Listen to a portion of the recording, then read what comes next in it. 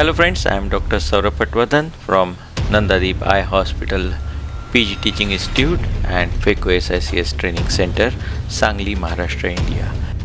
In our center, we have a lot of teaching activities which includes hands-on training as well. In this video, we will be speaking about a case which had decentered IOL and there was recurrent inflammation. So when I saw this case in the OPD, there was decentered 3-piece IOL, and as I did the anti-segmentosity, you can see that it's tilted and probably the sharp edge on one side was irritating the iris. And so I decided that I'll be doing IOL exchange. There was refractive error of minus 1.25. So the plan is to here check the sulcus and implant a new 3-piece IOL so that we get near emmetropia in the post-operative period. So on one side you can see that the IOL has gone into the sulcus, that is that part. I can see some wrinkling and fibrosis of the capsule on that side.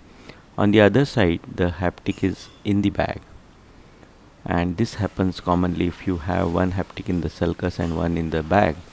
You get decentration which increases over a period of time, and you can see now that I have removed the haptic from the bag also, and using 2 Sinskey I pulled up the other haptic which was already in the sulcus into the anterior chamber. So whenever you are implanting a 3-piece IOL, make sure that both the haptic should be either in the sulcus or both should be in the bag.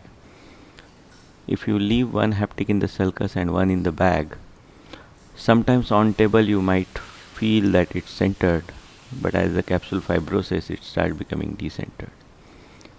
So now I'm using both the Sinskey to pull up this PMMA haptic from the sulcus into the anterior chamber. Here the steep axis is at 90 degrees, so I made a corneoscleral tunnel of around 3 mm in order to cut this IOL and take it out. Good heavy dispersive OVD, here I am using Hylucoat, which is combination of 3% chondroitin and 4% hyaluronate, is best way to use to endothelium coating and also to protect the posterior capsule here. And this is a Packer Chang style scissors which are made in steel, so these are not disposable ones, and you can see that with the counter traction using a longer Sinskey I can easily cut this IOL into 2 parts.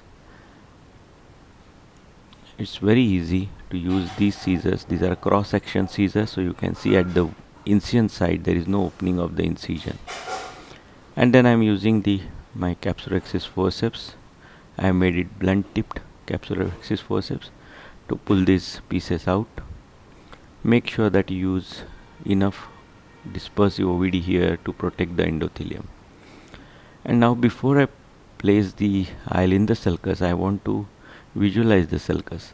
I think this is one step which I have realized that it takes little bit of more time, maybe 3-4 minutes more, but will make the placement of IOL in the sulcus more predictable and under visualization.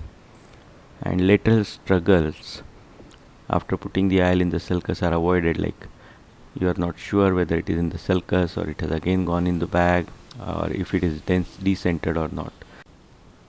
I am going to use 3-piece Alcon IOL here and using C cartridge, so placing the IOL in the cartridge there and then pressing it little down using the flat tip of the forceps so that it's curved backwards.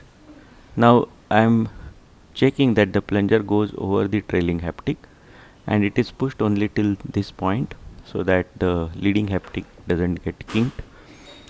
And as I go in through the incision, my left hand is holding the Sinskey, so this is a good habit to have, so that the leading haptic goes into the sulcus there and the optic is supported in case if there is a PC rent. Once the IOL is placed in the anterior chamber, the trailing haptic is flipped and then we rotate this trailing haptic into the sulcus.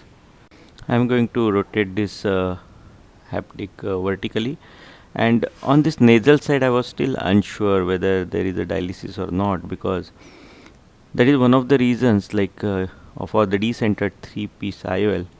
If it is in the sulcus on the side where there is dialysis, it may irritate the ciliary body as well. So that was another reason. So I tried to remove the OVD to check whether there was any vitreous prolapse or any decentration of the IOL there. Once I was sure, I removed the iris hooks.